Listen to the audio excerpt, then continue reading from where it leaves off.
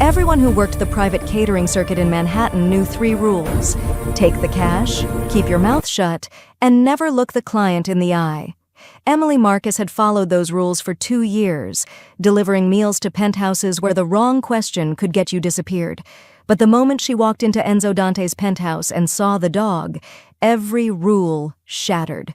Because that wasn't just any dog, that was her dog, the puppy stolen from her backyard 7 years ago. The same animal that had just put 3 men in the hospital. The same beast now stalking toward her with murder in his eyes. Enzo Dante watched from the shadows, his hand moving toward his gun. The guards tensed for bloodshed. And Emily, staring at the monster her puppy had become, made a choice that would either save her life or end it. She opened her mouth and began to sing.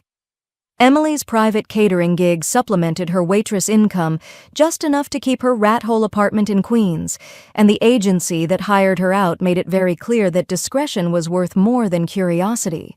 But when the agency called at 11 p.m. on a Tuesday, asking if she could handle a last-minute delivery to a penthouse in Manhattan's financial district, even Emily's well-honed sense of self-preservation started sending up warning flags.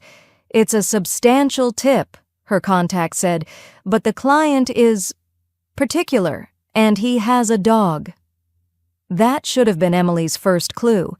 The second clue should have been the building itself, a steel and glass monument to power that required 3 security clearances just to reach the residential elevator. The third clue was the 2 men in expensive suits who rode up with her in silence, their eyes never leaving her face, their postures radiating the kind of casual violence that came from professional experience. But Emily needed the money. Her younger brother's medical bills weren't going to pay themselves, and pride was a luxury she'd surrendered somewhere around her 23rd birthday. The penthouse door opened before she could knock. An older woman in a housekeeping uniform ushered her inside with urgent, whispered Italian that Emily couldn't quite follow. Something about being quiet, being careful, and, most importantly, not going near the terrace. The apartment was stunning in a way that made Emily's studio look like a cardboard box. Original artwork, marble floors, furniture that belonged in a museum, and floor-to-ceiling windows that showcased Manhattan like a kingdom laid out for its ruler. "Put it on the dining table," a voice said from the shadows, and Emily's blood went cold. She knew that voice, not personally, but every waitress, bartender, and service worker in Lower Manhattan knew that accent, that tone, that specific quality that suggested orders were not suggestions. Enzo Dante emerged from his study like a storm given human form, his presence filling the space with an almost physical pressure. But Emily barely registered him, because behind Enzo, standing in the doorway to the terrace, was Cerberus. Time did something strange. It slowed down and sped up simultaneously. Emily's hands went numb, and the carefully packaged meal she'd been carrying slipped from her fingers, crashing to the marble floor in an explosion of sauce and shattered porcelain. She wasn't seeing a Pitbull. She was seeing Cerberus, the puppy her father had brought home 2 months before the accident. The puppy who'd slept in her bed and followed her everywhere and been stolen during the chaos of her family falling apart. The puppy she'd searched for until the police told her to stop wasting their time, until the shelters stopped returning her calls, until she'd forced herself to accept that he was gone forever. Except he wasn't gone. He was here, scarred, massive, and terrifyingly transformed, but here. "You broke my dinner," Enzo said flatly, and there was something in his tone that suggested broken dinners led to broken bones. Emily wasn't listening. She was moving forward, her body operating on pure instinct, her mind screaming at her to stop, but her heart drowning out the logic. Cerberus saw her approach. The dog's entire demeanor shifted. His casual alertness transformed into coiled aggression, his lips pulling back to reveal teeth that could crush bone. The growl that emerged from his chest wasn't a warning, it was a promise. "Stop moving," Enzo commanded, his hand appearing from inside his jacket with something metallic that caught the light. Cerberus doesn't like strangers. But Emily kept walking and suddenly she was humming. The melody came from somewhere deep in her memory, a place she'd locked away because remembering hurt too much. Her grandmother's lullaby, the one she'd sung to a puppy who'd been afraid of thunderstorms. Dormi, dormi, piccolo guerriero, nel cuore della notte, sei al sicuro qui.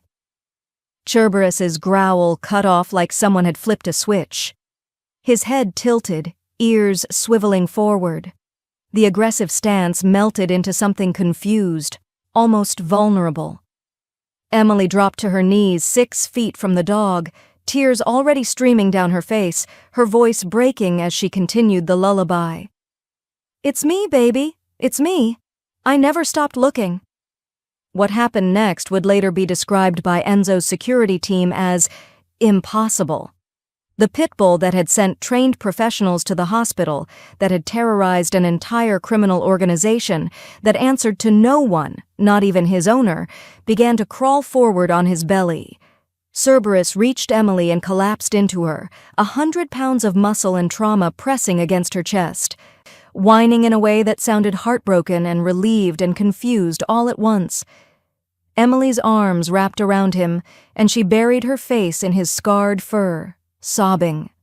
Enzo Dante stood perfectly still, his weapon still drawn, his mind trying to process something that defied every rule he understood about power and control. His dog, his weapon, was submitting to a crying waitress who'd just destroyed his dinner. "Explain," Enzo said, his voice deadly quiet. "Now." Emily looked up at him, her face a mess of tears and defiance, her hands still clutching the dog like someone might try to take him away again. "You want an explanation?" she said, her voice shaking with emotion and anger. "You want me to explain why your attack dog knows a lullaby? Because 7 years ago someone stole my puppy from my backyard while I was at my father's funeral. And apparently he ended up here. With you." The accusation hung in the air between them. Emily expected violence, expected to be thrown out or worse. What she got instead was Enzo Dante studying her with an expression she couldn't quite read, something between fascination and fury. "Impossible," he said. "Cerberus came to me from a breeder." "A breeder?" Emily repeated, her voice dripping with bitter sarcasm. "Or someone who sells stolen dogs to people who don't ask questions?" The words were reckless, suicidal even. But Emily was past caring. She'd just found the piece of her heart she thought was gone forever, and nothing, not even the most dangerous man in Manhattan, was going to make her let go. Enzo's jaw tightened. Then, incredibly, he lowered his weapon. "You will stay," he said. And it wasn't a request. "Until I understand what just happened, until I understand you." Emily looked down at Cerberus, still trembling in her arms, and realized her life had just changed in ways she couldn't begin to predict. But as she held her lost dog and stared up at the Mafia boss, only one thought crystallized in her mind. "I'm not leaving him again. Whatever it takes." The lullaby died in Emily's throat as Cerberus collapsed against her chest, whining like the puppy he'd once been. Her arms wrapped around 100 pounds of scarred muscle and trauma, and she couldn't stop the sob that tore through her. "Stop!" Enzo's voice cut through the moment like a blade. "Don't move." Emily looked up through tears to find him standing 6 feet away, gun drawn but lowered, his expression caught between fury and fascination. The 2 guards had appeared from nowhere, weapons trained on her with the casual precision of men who'd done this before. "I said explain." Enzo's accent thickened with each word, his control fraying at the edges. "Now." Emily's hands tightened in Cerberus's fur. The dog pressed closer, trembling against her like he was afraid she'd disappear. 7 years of grief and rage crystallized into something sharp and reckless. "You want an explanation?" Her voice shook but held. "Fine. 7 years ago, someone stole my puppy from my backyard in Queens. I was 13. My father had just died, my mother was falling apart, and some piece of garbage saw an opportunity."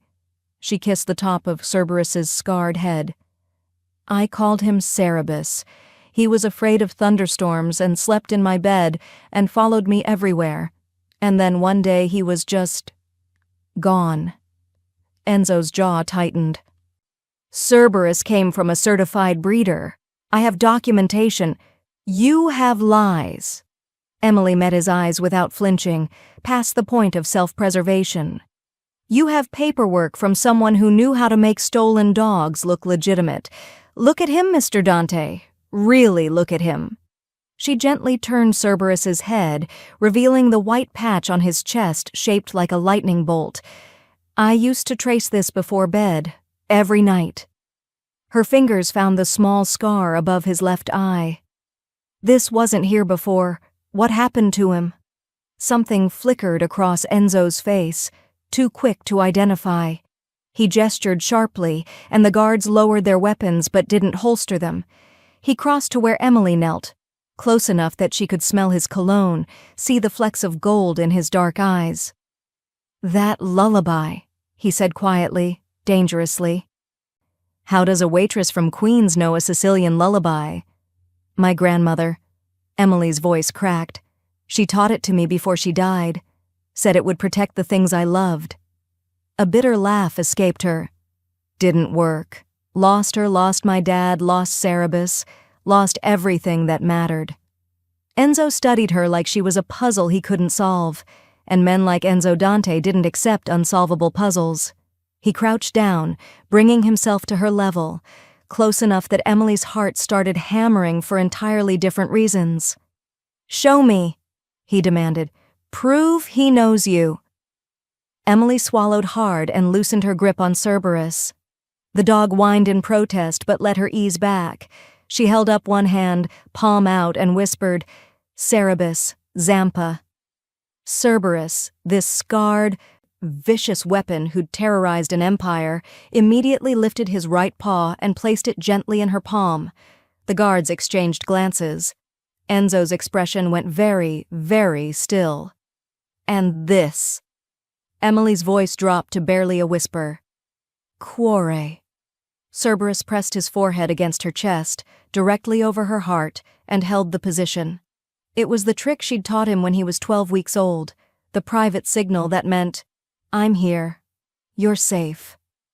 Emily looked at Enzo through fresh tears. You asked for proof. There it is. Your attack dog is my stolen puppy. Your weapon is my best friend.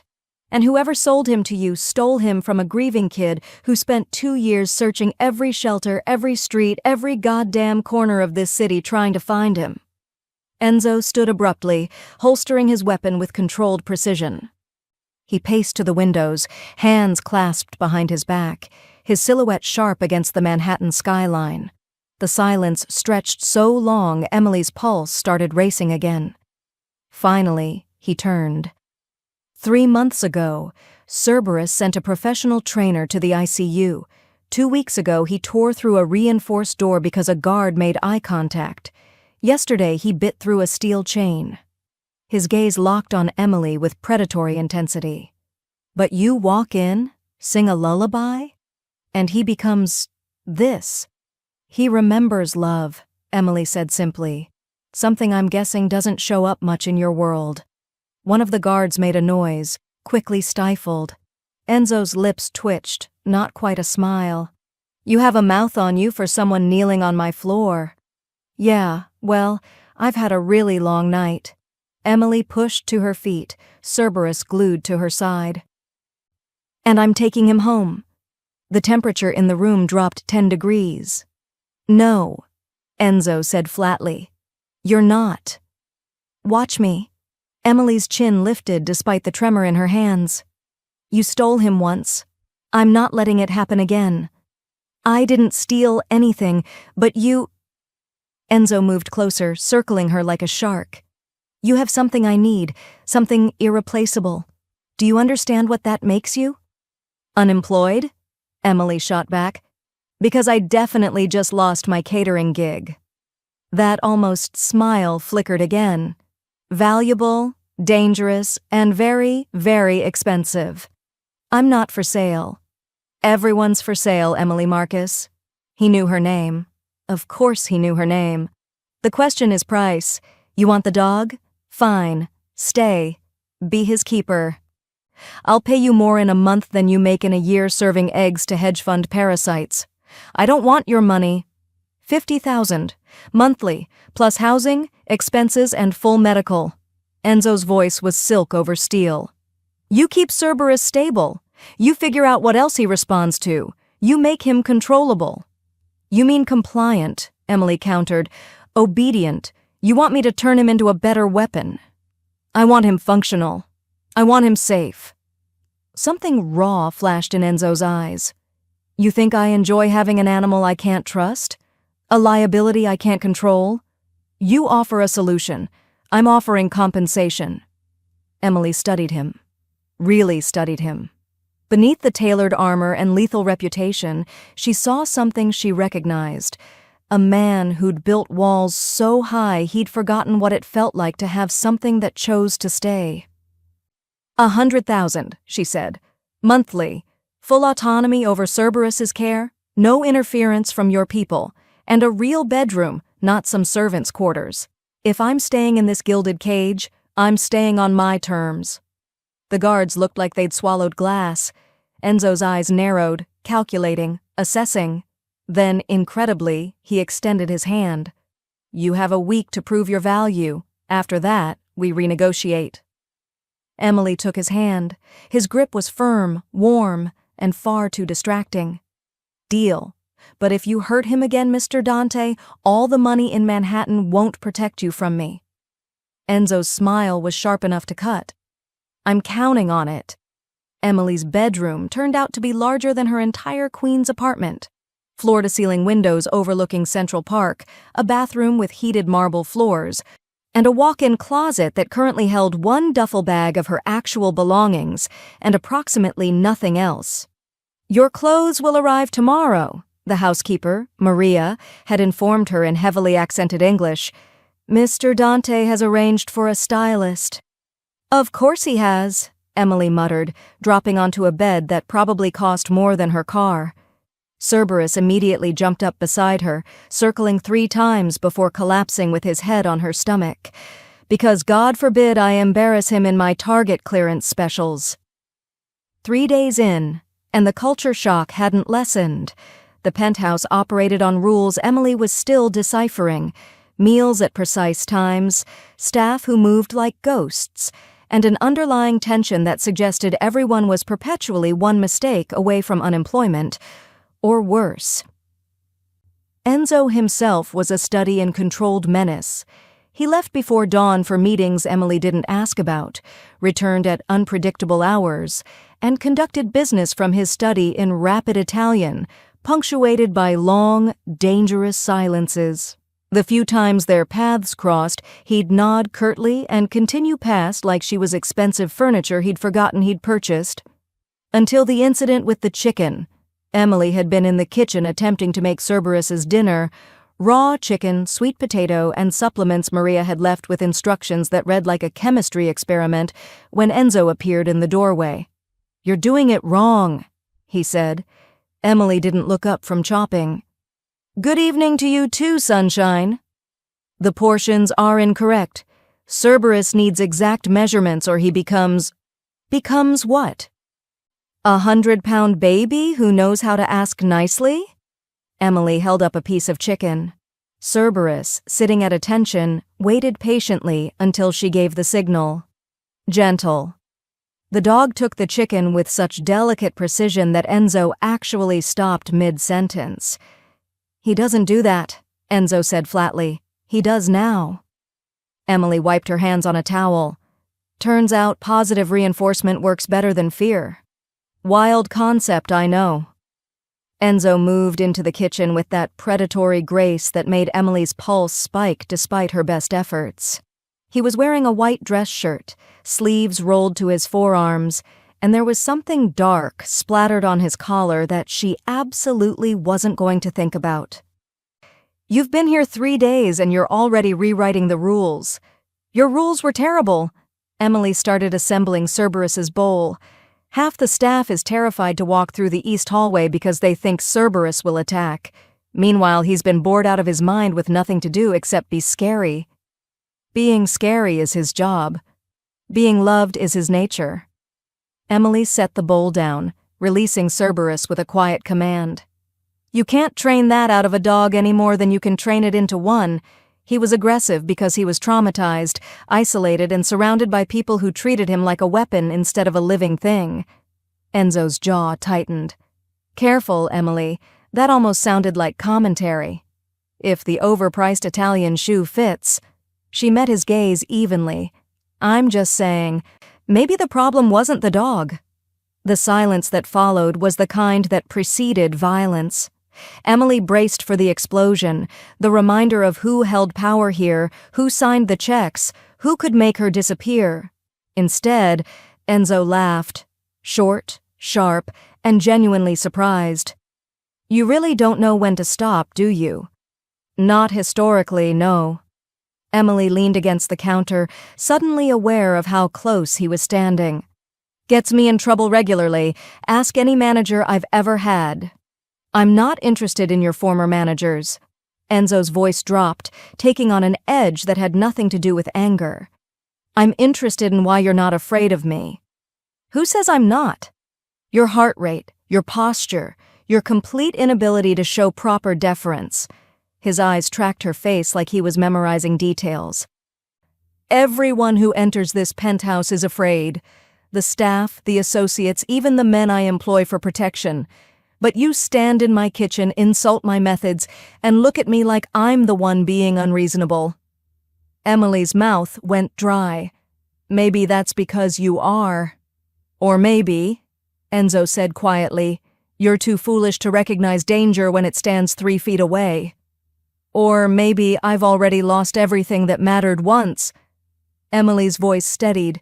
When you've hit bottom, Mr. Dante, powerful men stop being scary. They're just men. Rich, complicated, probably need therapy men, but still just men. Something shifted in Enzo's expression, a crack in the marble. You think I need therapy? I think anyone who lives like this needs something. Emily gestured at the sterile luxury surrounding them. All this space, and you're still alone. All this control, and you still couldn't manage one dog. That's not power. That's a very expensive cage. She'd gone too far. She could see it in the way his shoulders tensed, the way his hands flexed at his sides. But instead of rage, what surfaced looked uncomfortably like recognition. The dog was supposed to be protection, Enzo said after a long moment. A deterrent, something predictable. Nothing worth having is predictable.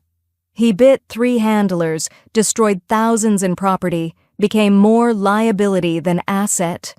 Enzo moved to the window, his reflection ghost-like against the night. I should have gotten rid of him. Every advisor said so, but I couldn't. Emily joined him at the window, maintaining careful distance. Why not? Because he was the only honest thing in my world. Enzo's voice was barely audible. Everyone else bows, scrapes, tells me what I want to hear. Cerberus showed me exactly what he was. No pretense, no manipulation, just raw, unfiltered defiance. I respected that even as it frustrated me. You saw yourself in him, Emily said softly. Enzo's reflection met hers in the glass. I saw what I'd become. Untamable, isolated, dangerous to anyone who got close. He turned to face her fully. And then you walked in and rendered all of that irrelevant in 60 seconds. Do you understand how destabilizing that is? Emily's breath caught.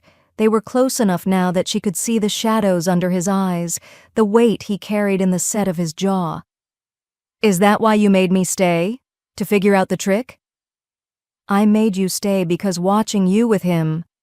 Enzo's hand lifted, then dropped. Like he'd stopped himself from reaching for her. You weren't performing. You weren't strategizing. You were just present, real. It's been a long time since I've seen anything real. The moment stretched between them, charged and fragile. Cerberus, finished with his dinner, padded over and sat directly between them, looking from Emily to Enzo like he was judging the tension. Emily laughed, breaking the spell. Subtle, buddy. Real subtle. He's protective of you, Enzo observed, his professional mask sliding back into place. He positions himself as a barrier when he perceives threat. Are you a threat, Mr. Dante? Enzo's smile was sharp and sad. I'm the biggest threat in this city, Emily Marcus.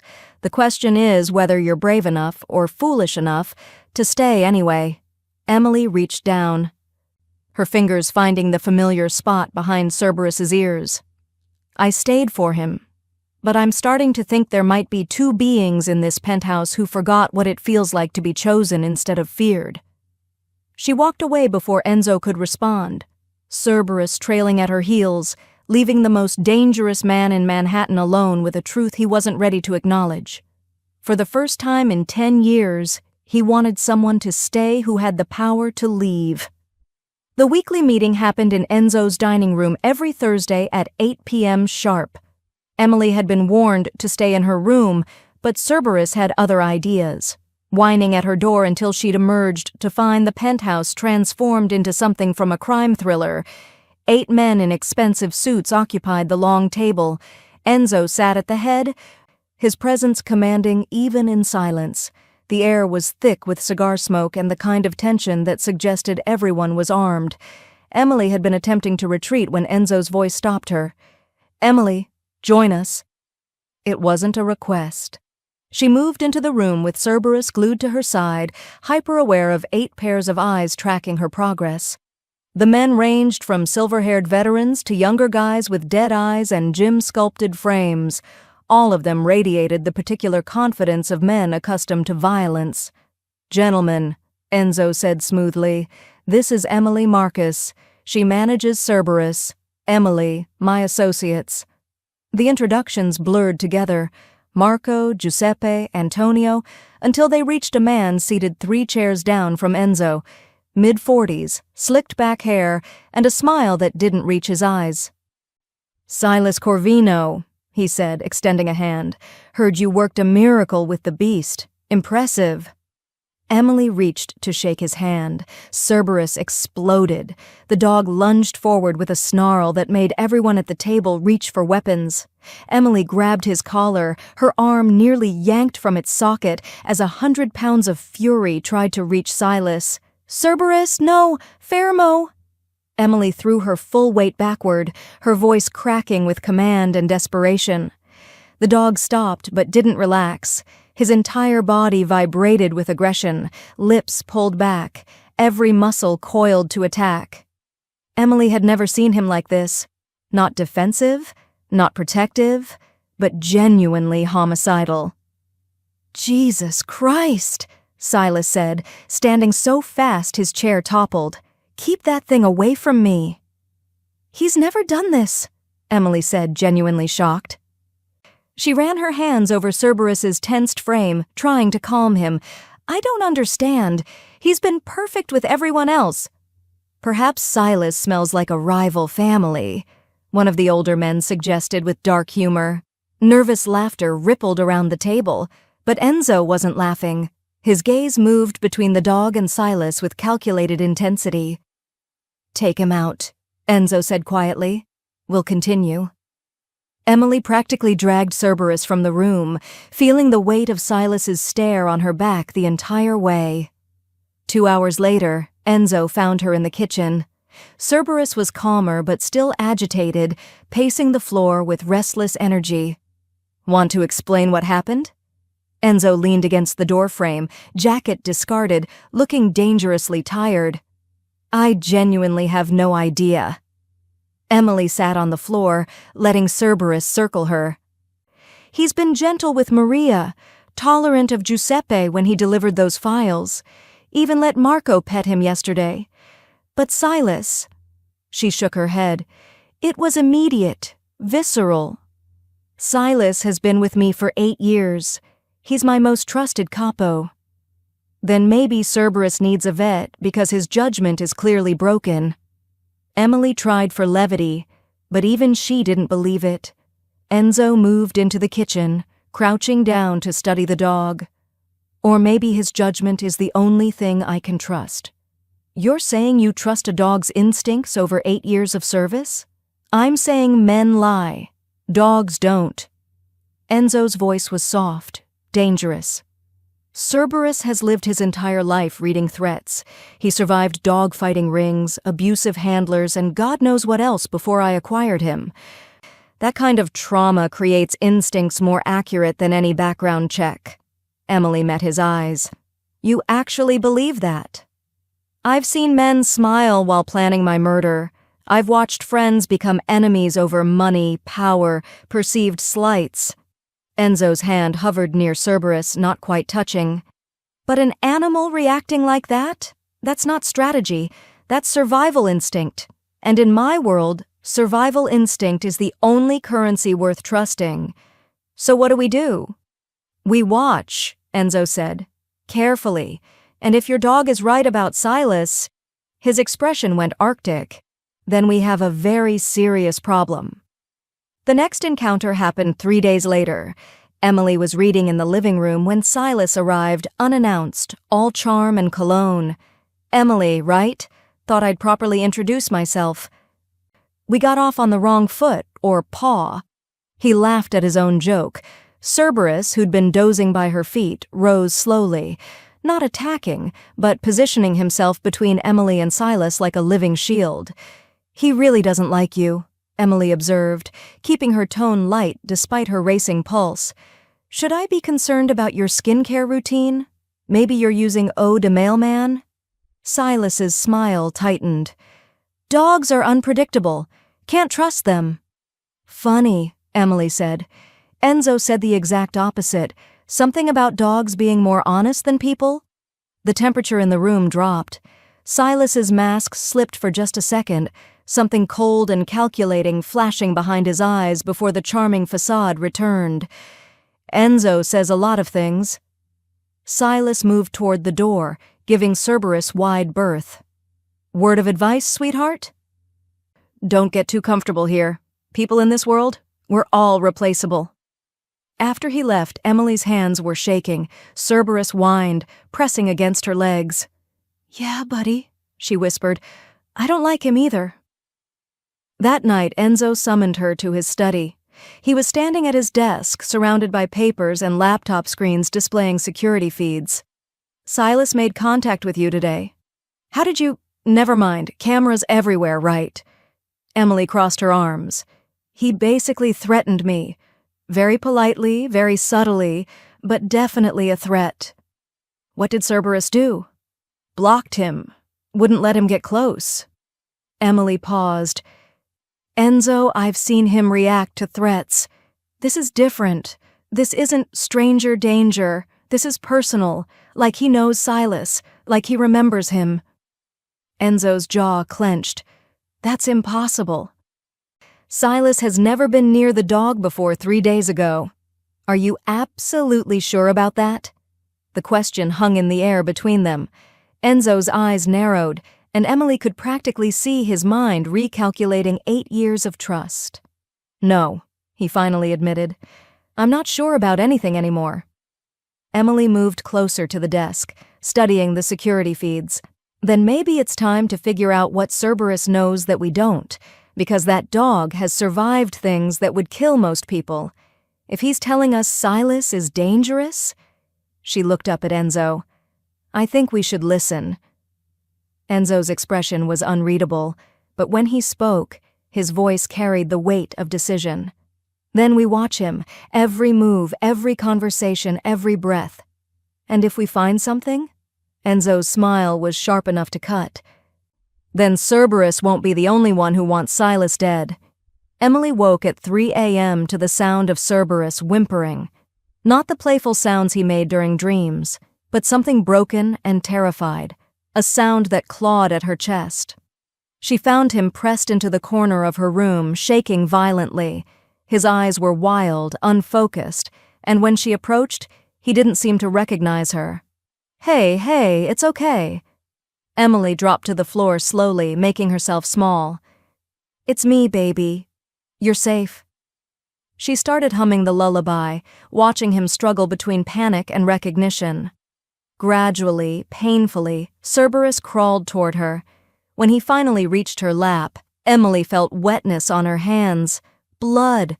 His paws were bleeding where he'd been scratching at the floor. "What happened to you?" Emily whispered, examining the self-inflicted wounds. "What are you so afraid of?" As she cleaned and bandaged his paws, memory surfaced, sharp and unwanted. The night Cerberus was stolen, she'd heard sounds from the backyard. Shouting, the puppy's terrified yelping, and one voice, distinct above the others, laughing as they dragged him away. "Shut up, you little bastard! You're worth good money now." She'd been too young, too traumatized to describe the voice to police. But Cerberus, wouldn't have forgotten. Dogs remembered scents, voices, the specific cadence of cruelty. Emily's blood ran cold.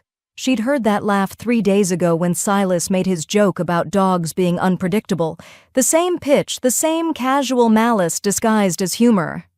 "Oh my God," Emily breathed. "It's him! It was always him!"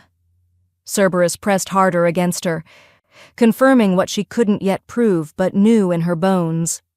Silas Corvino hadn't just met this dog 3 days ago.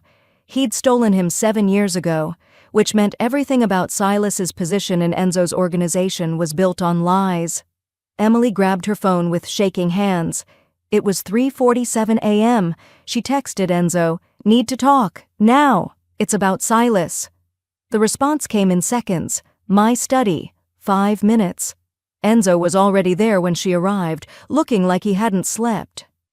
Cerberus entered cautiously, still agitated, staying close to Emily. "This better be important," Enzo said, but there was no real anger in his voice, only exhaustion and something that looked like dread. "Silas stole Cerberus." Emily said it fast, before courage failed.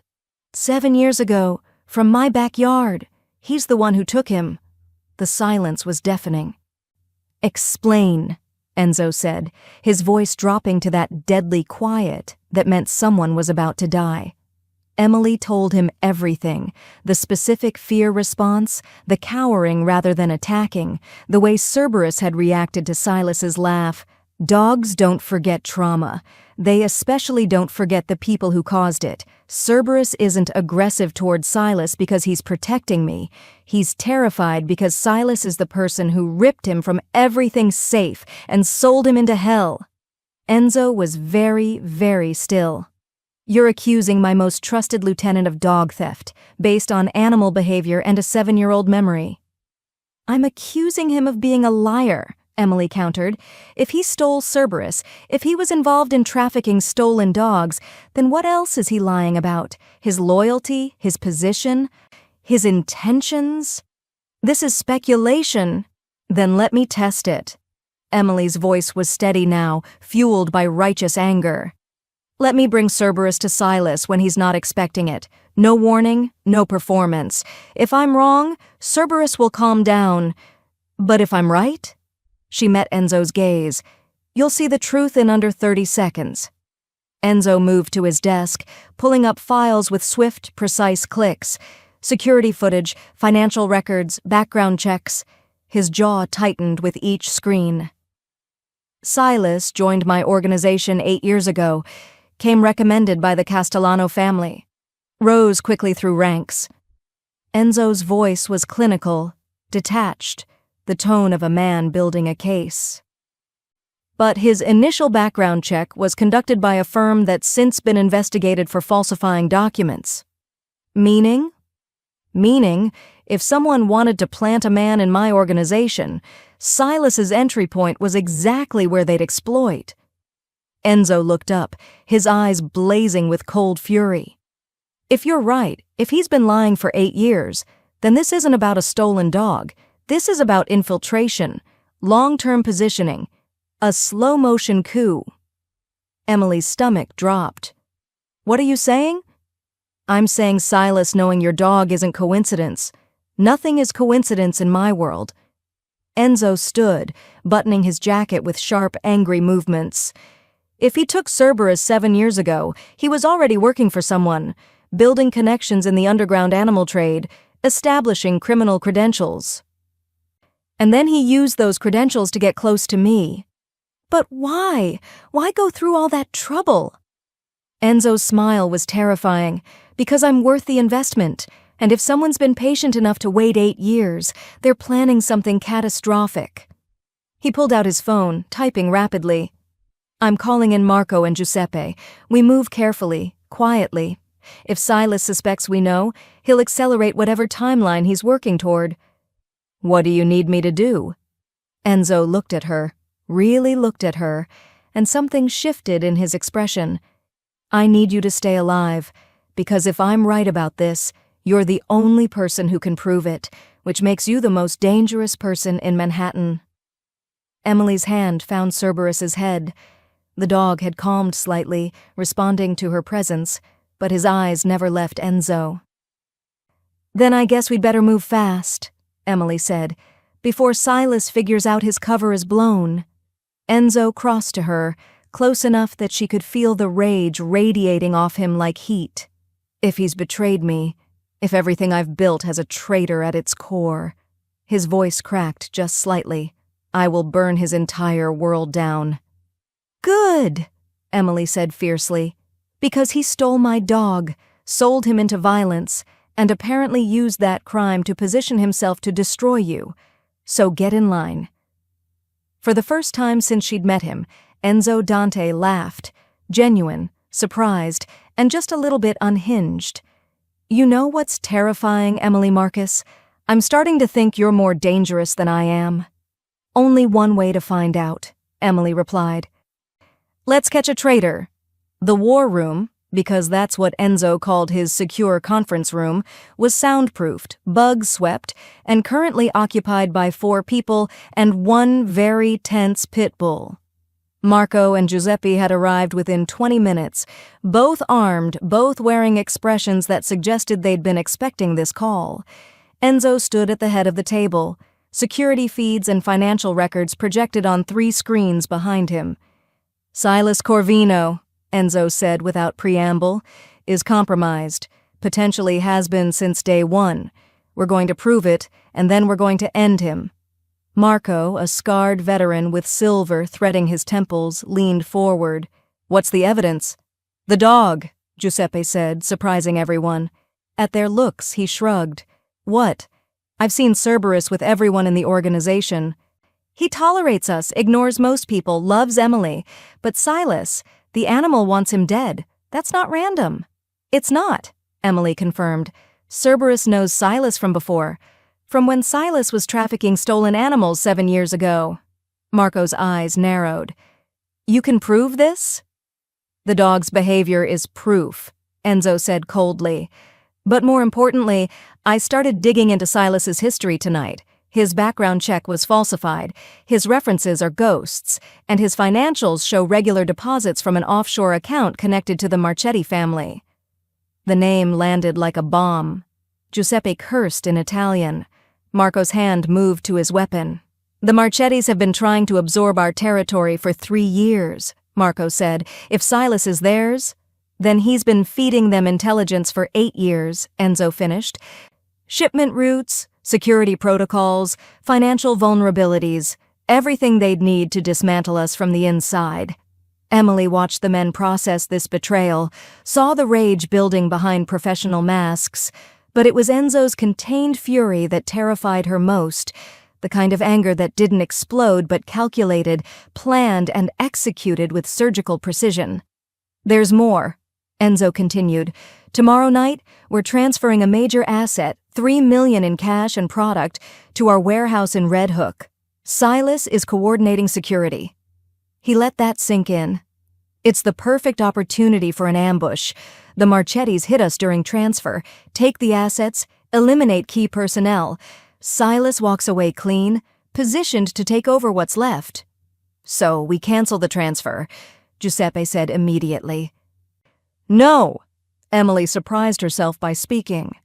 If you cancel, Silas knows you're suspicious. He'll go to ground and you'll never prove his betrayal. The Marchettis will just try again when you're less prepared. All 3 men stared at her. Enzo's lips twitched. She's right, he said. "We don't cancel.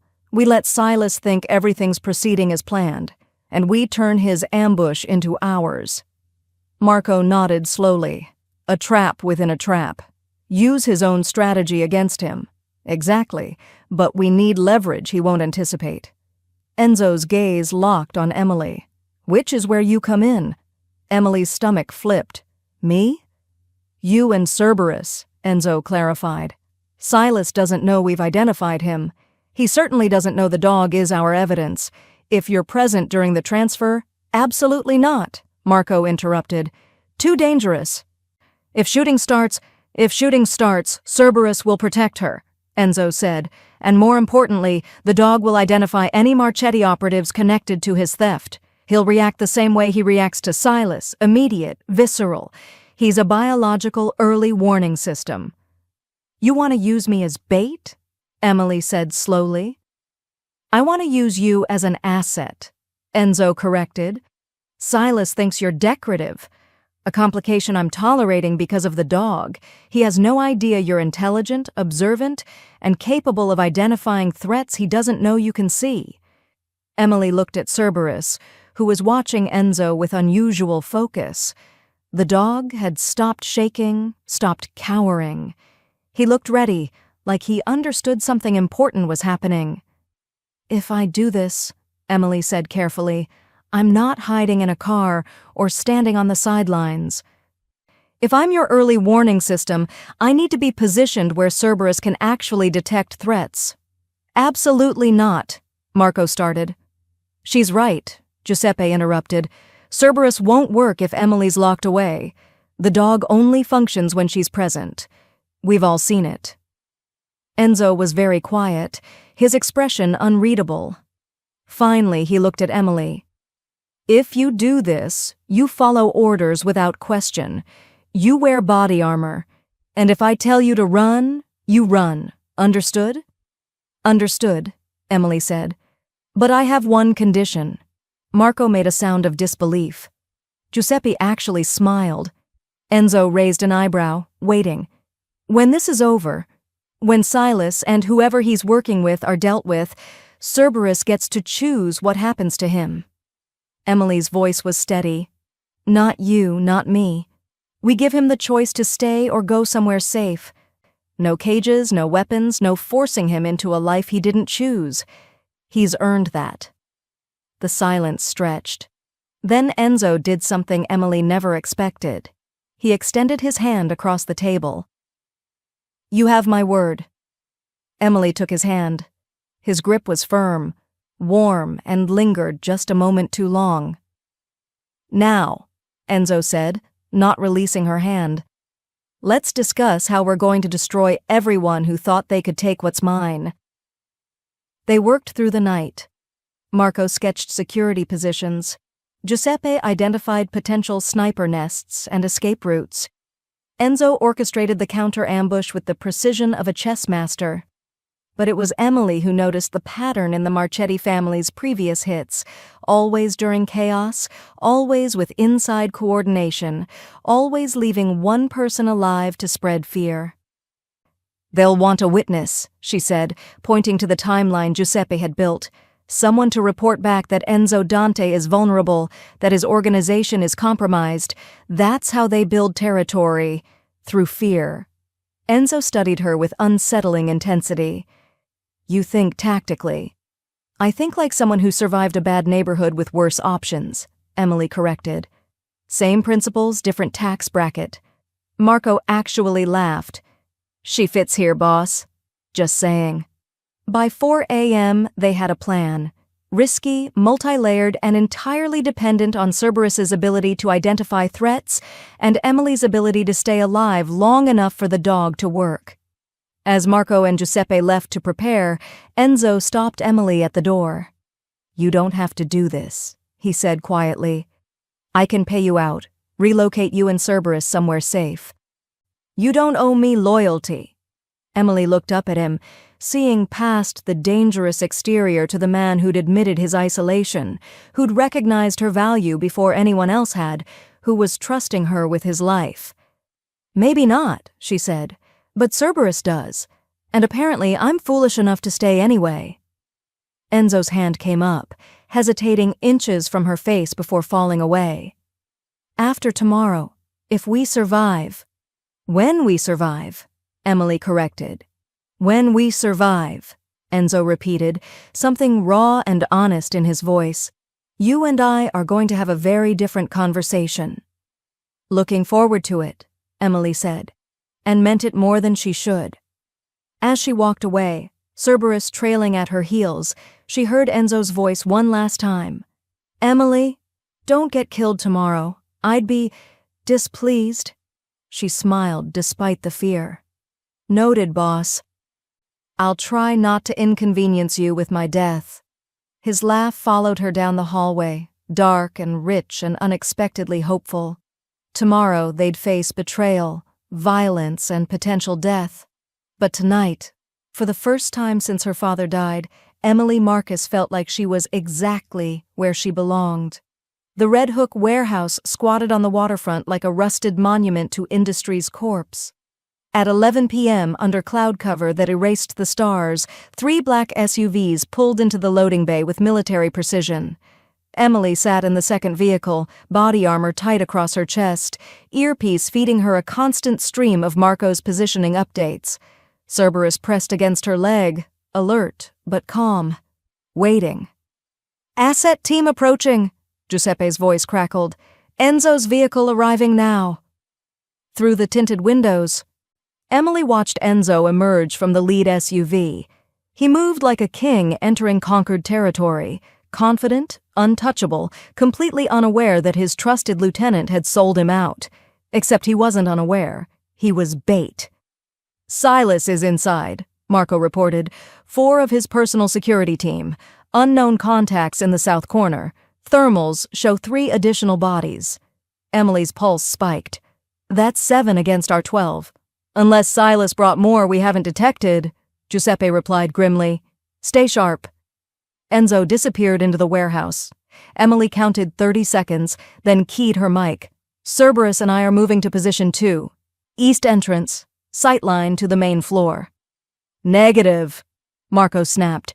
You stay in the vehicle until what? Until shooting starts and Cerberus can't reach Enzo? Emily was already opening the door. We discussed this. I'm the early warning system, not the backup plan. She heard Marco curse, but he didn't countermand. Emily moved through shadows with Cerberus gliding beside her, his body language shifting from companion to weapon. They reached the east entrance, a rusted door Giuseppe had left cracked open, and slipped inside.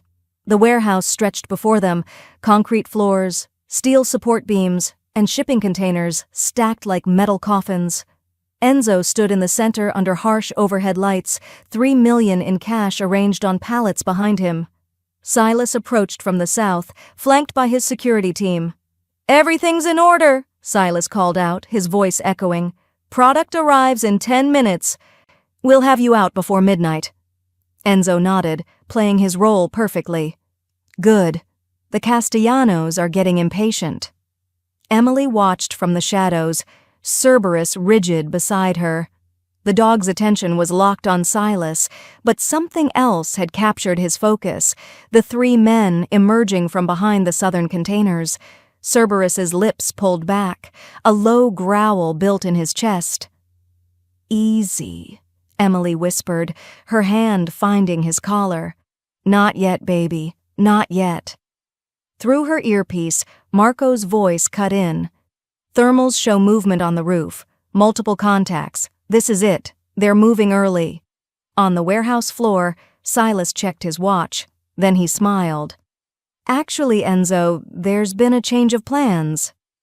Enzo turned slowly, and even from a distance, Emily could see his expression, not surprised, but coldly furious. Has there? Enzo's hand moved toward his jacket. Silas pulled a remote from his pocket and pressed a button. Instantly, the warehouse's roller doors slammed shut with hydraulic force. The overhead lights cut out, replaced by emergency reds that painted everything in shades of blood. And from the containers, at least 15 armed men emerged. You should have killed the dog when you had the chance, Silas said, pulling his weapon. Sentimental weakness, Enzo. Fatal flaw. The dog, Enzo replied quietly, was never the weakness. You were. Silas's smile faltered. You knew. I've known since the moment you laughed at Emily's joke about dog trainers. The same laugh, Silas. The exact same laugh she heard 7 years ago when you stole her puppy. Enzo's voice was ice and death. Did you really think you could infiltrate my organization using falsified credentials, work for the Marchettis for 8 years, and I wouldn't eventually figure it out? The warehouse erupted. Silas's men opened fire. Enzo dove behind a container as Marco and Giuseppe's teams returned fire from concealed positions. The carefully orchestrated ambush became chaos, muzzle flashes lighting the darkness, bullets sparking off metal, shouts in Italian and English blending into white noise. Emily pressed against the wall, her heart hammering. This was worse than planned. Too many shooters, too much crossfire. Even with body armor, one lucky shot, Cerberus lunged forward, barking. No! Emily grabbed for him, but the dog was already moving, drawn by something she couldn't see. She followed on instinct, staying low, using containers for cover. Then she saw it. Silas, circling around behind Enzo's position. He had a clear shot. Enzo, pinned down by suppressing fire, didn't see the threat. Emily's training, all those late-night strategy sessions, the contingency plans they'd built, crystallized into action. She pulled out the phone Giuseppe had given her, keyed in the code, and sent a single text to Enzo's secure line. Dormi, piccolo guerriero. 3 seconds. That's how long it took Enzo to read it, process it, and understand. He keyed his own mic. Marco, Giuseppe, execute Cerberus protocol. Now. Emily didn't wait for confirmation. She looked at Cerberus, at the dog who'd survived hell and found his way back to her, and gave the command she'd prayed she'd never have to use. Cerberus, protegere, attacco. The Pitbull exploded forward like a missile. 100 pounds of loyal fury and trauma-fueled justice, moving faster than Emily thought possible. Silas raised his weapon toward Enzo's exposed position. Cerberus hit him like a freight train. The gun flew from Silas's hand as the dog drove him to the ground. Silas screamed, trying to protect his throat, but Cerberus wasn't going for the kill. He was holding, teeth locked on Silas's gun arm, preventing him from reaching a backup weapon, pinning him down with savage precision. "Call him off!" Silas shrieked. "Call him off!" Enzo emerged from cover, weapon trained on Silas. Behind him, Marco and Giuseppe's teams were systematically neutralizing the Marchetti operatives. The ambush had become a slaughter, but not the one Silas had planned. "Emily," Enzo said, his voice carrying across the warehouse, "Your dog. Your call."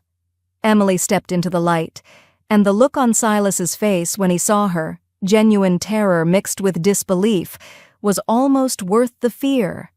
"You remember me now?" Emily crouched just out of reach.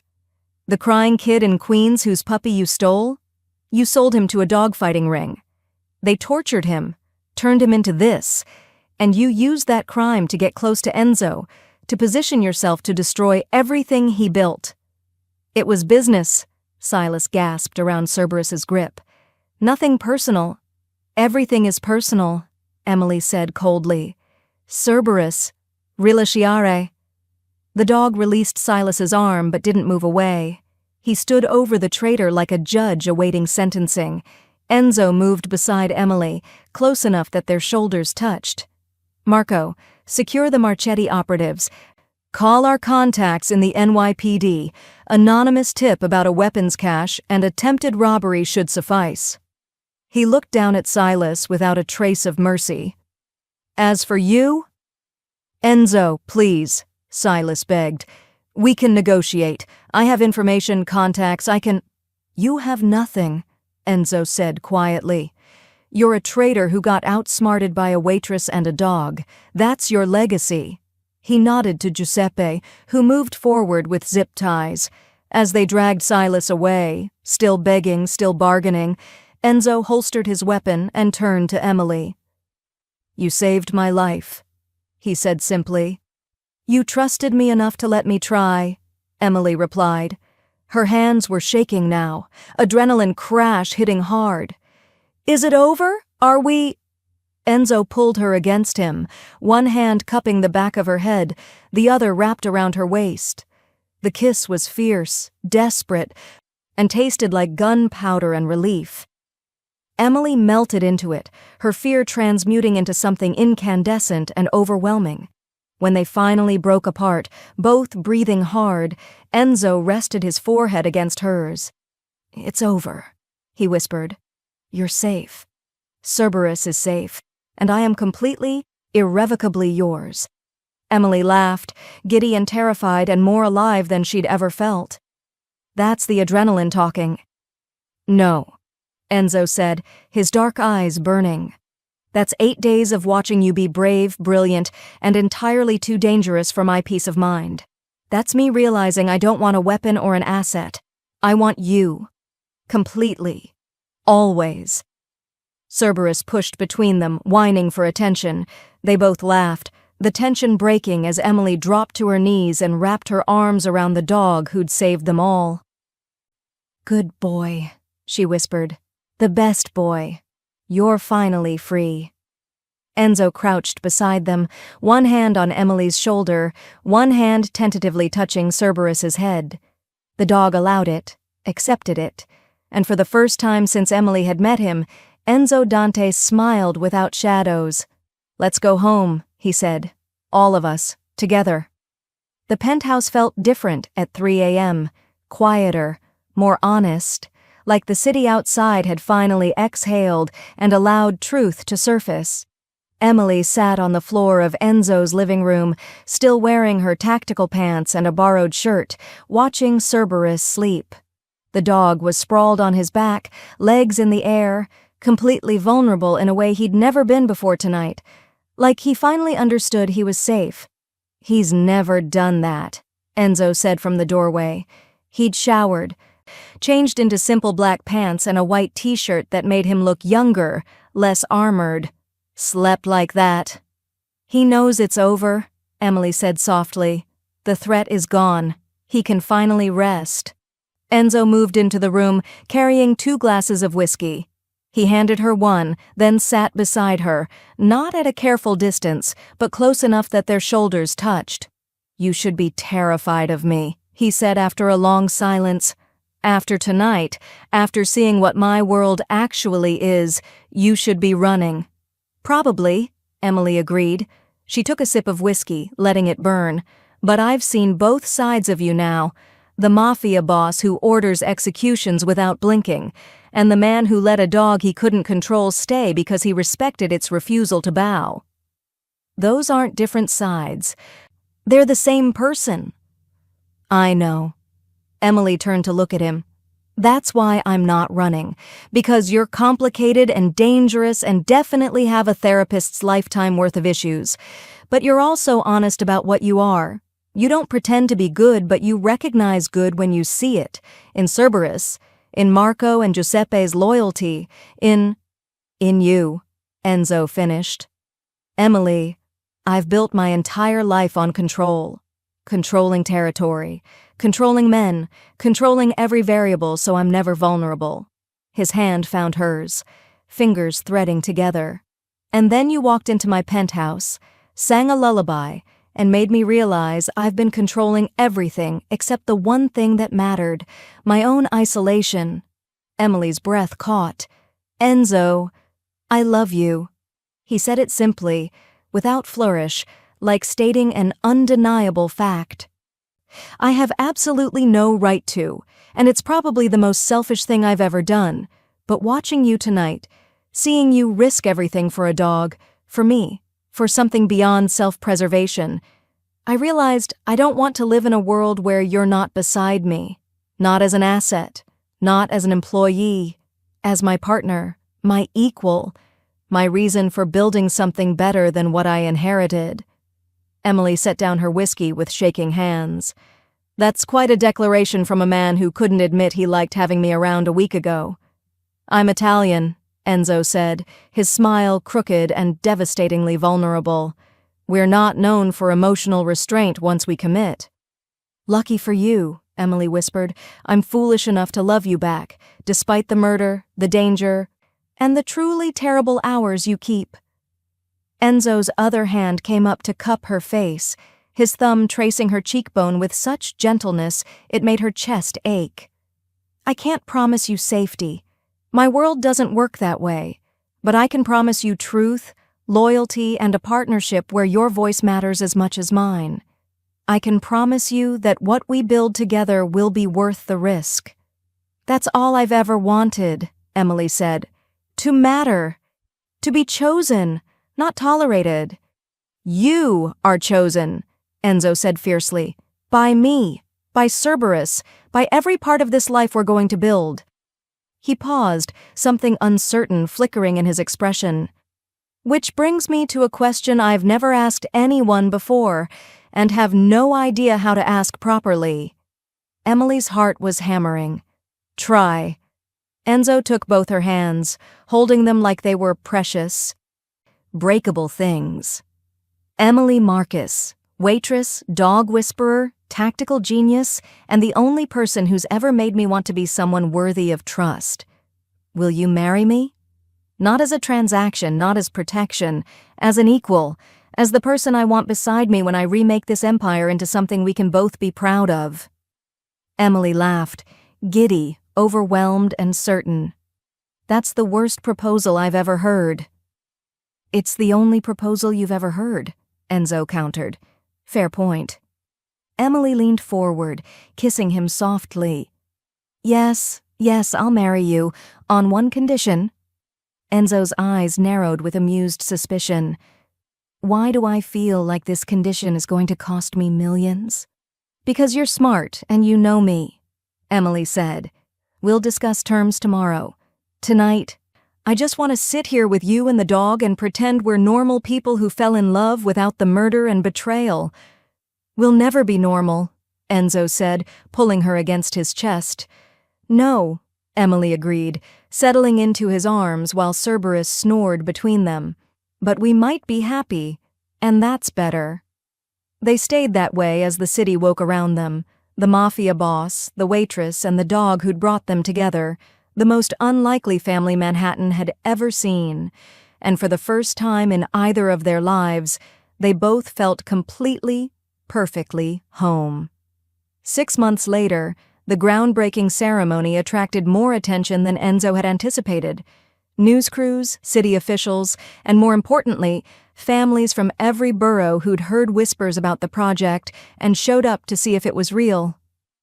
The Second Chances Animal Sanctuary and Rehabilitation Center occupied 15 acres in Westchester, just far enough from Manhattan to offer peace, but close enough for Emily to manage both her new role and her life with Enzo.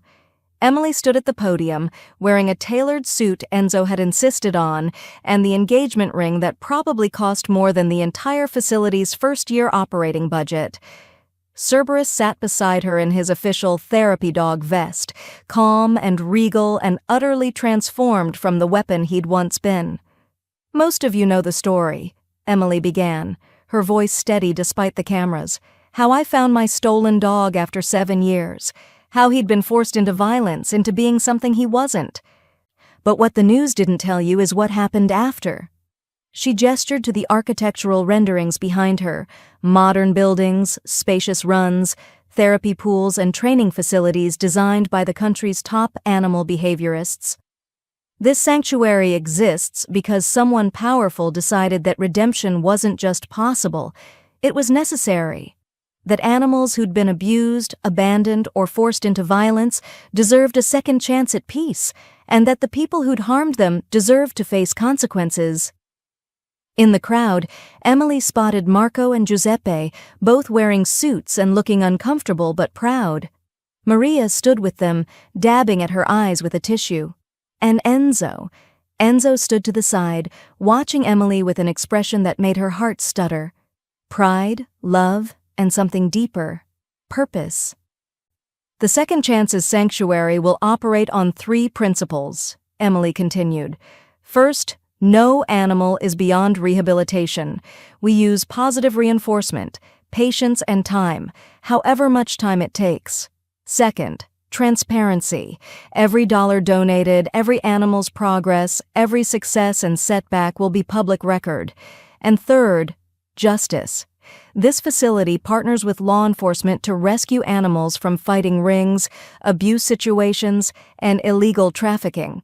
We don't just save animals, we prosecute the people who hurt them. The crowd applauded. Camera flashes popped. But Emily was watching one man in the back, mid-50s, worn jacket, holding a young girl's hand. He looked familiar in a way that made her chest tight. After the ceremony, as donors mingled and politicians made promises, the man approached. Up close. Emily recognized him. Detective Rodriguez, the cop who'd taken her statement 7 years ago about a stolen puppy. "You probably don't remember me," he started. "I do," Emily said. "You told me to stop wasting police resources looking for a dog." Rodriguez winced. "I did. And I was wrong. Dead wrong." He gently pushed the young girl forward. "This is my granddaughter, Sophia. She wants to volunteer here. Help with the dogs." Sophia looked up at Emily with solemn eyes. "My dad says you got your dog back, that you never gave up. I want to help other kids like you." Emily crouched down to Sophia's level. "We need volunteers exactly like you. People who understand that animals aren't things. They're family. Think you can handle that?" Sophia nodded seriously. "I'm very responsible, and I'm good with scary dogs." "They're just scared dogs pretending to be scary." Emily had to blink back tears. "You're hired. Starting next month, okay?" After they left, Enzo appeared at her elbow.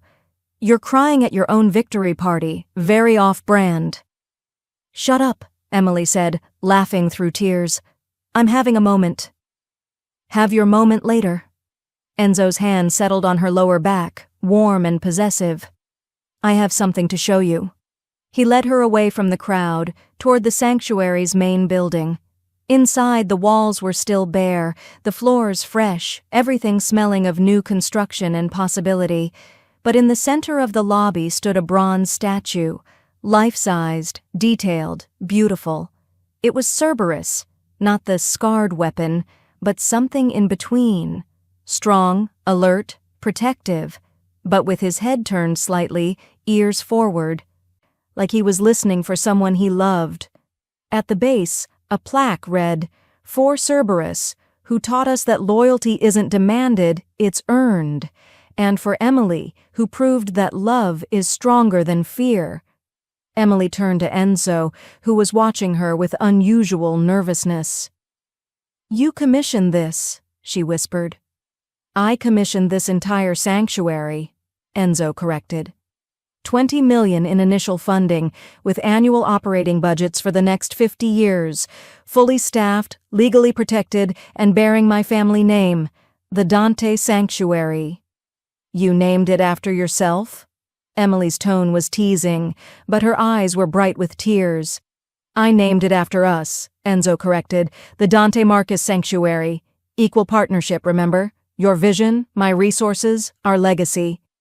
Emily looked at the statue, at the sanctuary beyond the windows, at the man who'd transformed from her enemy into her future. "You know what the best part of this is? That you get to spend millions of my money rehabilitating animals?" "That too," Emily agreed, "but mostly that you're doing this because you want to, not because it's good PR, not because it serves some criminal agenda. You're doing it because somewhere under all that expensive armor you're a good man." Enzo's jaw worked. "I'm not a good man, Emily. I've done things—" "You're a complicated man," Emily interrupted, "who's choosing to be better. That's different than being good. It's harder, more honest, and infinitely more valuable." She kissed him there, in the empty lobby of their shared dream, with Cerberus's statue watching over them like a guardian spirit. "Thank you," she whispered against his lips, "for building this. For believing in me," For being brave enough to change. Thank you, Enzo replied, for being foolish enough to stay, for seeing what I could be instead of what I was, for giving me a reason to want redemption instead of just power. Outside, the celebration continued. Inside, the Mafia boss and the waitress held each other in the sanctuary they'd built from trauma, loyalty, and the stubborn belief that broken things could heal if given enough love. Cerberus padded over, his therapy vest slightly askew, and pushed between them. They both laughed, making room for the dog who'd started everything. "Do you think he understands?" Emily asked, scratching behind Cerberus's ears. "What all this means?" "I think," Enzo said slowly, "he understands that he's finally safe, that we're his family, and that no one will ever hurt him again." "That's enough." Emily looked around the sanctuary, at the future they'd built, the lives they'd save, the legacy they'd leave. "Yeah," she said softly. "That's enough." As sunset painted the lobby in gold and amber, three beings who'd survived impossible odds stood together in the home they'd created. A man learning to trust, a woman learning her worth, and a dog who'd taught them both that the fiercest loyalty came not from fear, but from choosing, every single day, to stay. Their story had started with a stolen puppy and a desperate waitress. It ended with an empire reformed, a sanctuary built, and a love powerful enough to tame even the most untamable hearts. And in the end, that's all any of them had ever needed, someone worth staying for, something worth building together. And the courage to believe that broken things, whether people or pit bulls, deserved a second chance at peace. 1 year later, the annual Sanctuary Gala had become Manhattan's most unexpected social event. Where else could you find Mafia lieutenants, Wall Street executives, and animal rescue volunteers sharing champagne and comparing dog photos? Emily moved through the crowd with practiced ease, Cerberus at her side wearing a bow tie that had taken 3 people and 15 minutes to attach. Enzo watched from across the room, surrounded by business associates, but tracking her every movement with possessive attention. "Your wife," Marco observed, "just convinced a federal prosecutor to adopt a 3-legged pit bull." "That's my wife," Enzo agreed, failing to hide his smile. "Dangerous, persuasive, and completely unstoppable." "The sanctuary's expanding to 3 new locations," Giuseppe added. "Boston, Philadelphia, and Miami. She's building an empire." "We're building an empire," Enzo corrected. "I just fund it. She makes it matter." Emily caught his eye across the room and smiled, that specific smile reserved only for him. The one that said, "I see you, I choose you, I love you without needing words." Enzo excused himself and crossed to her, pulling her into his arms despite the audience. "Dance with me," he commanded. "That's not a request," Emily observed, but she followed him to the floor anyway. As they moved together, Cerberus settled at the edge of the dance floor, his eyes tracking them with what could only be described as satisfaction. "Happy?" Enzo asked quietly.